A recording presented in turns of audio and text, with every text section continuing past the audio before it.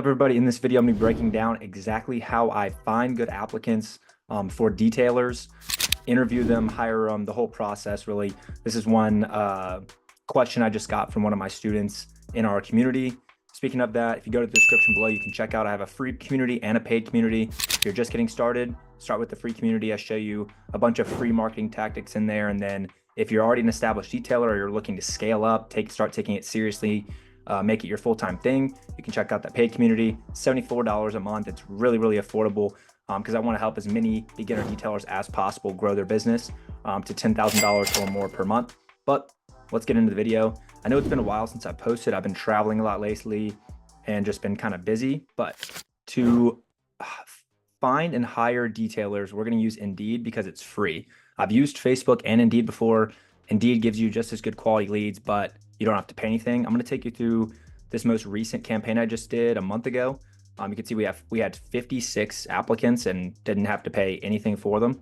And basically, I'm just going to go through our exact, Indeed hiring, ad, but it's free again. You can pay to get it boosted, but you don't have to. And then you can just pause the video and copy it, as you see fit. So job description, it's pretty long, but again, pause the video, copy what you want, tweak it however you want.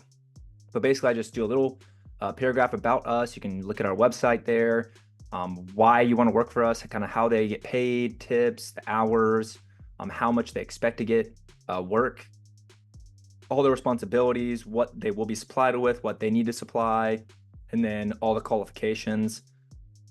I like to have detailing experience just so it's easier to train them and they have a little bit of a base knowledge. You don't need it. I mean, you can train them from scratch, and sometimes that's better because they don't have any like bad habits. They don't cut any corners. But for me, I like doing detailing experience. I can get them out in the field a lot quicker. They have to have a way to get to the shop. Obviously, they have to be able to drive.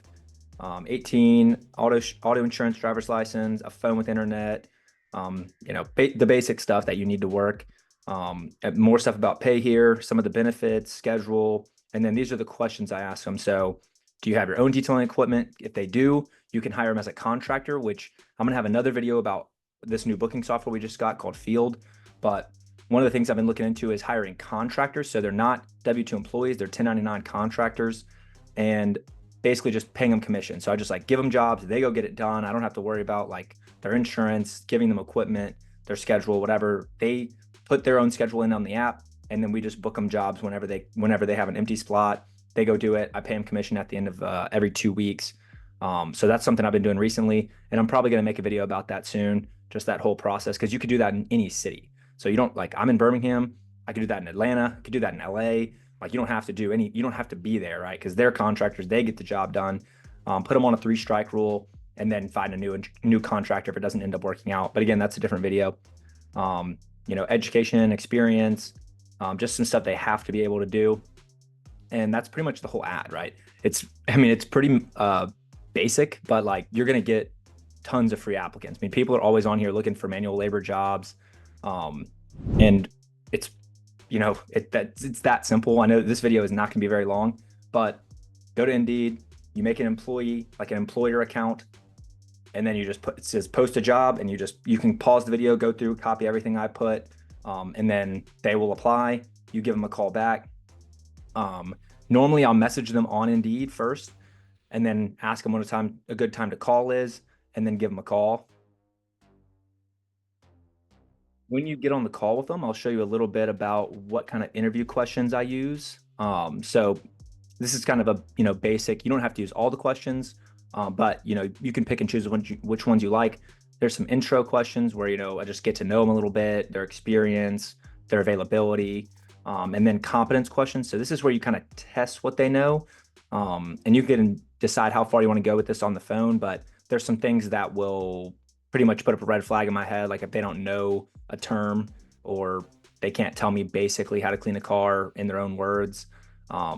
Background check is a big one, or driving history is a big one. If they have any, hesitation about either of those, that's a red flag.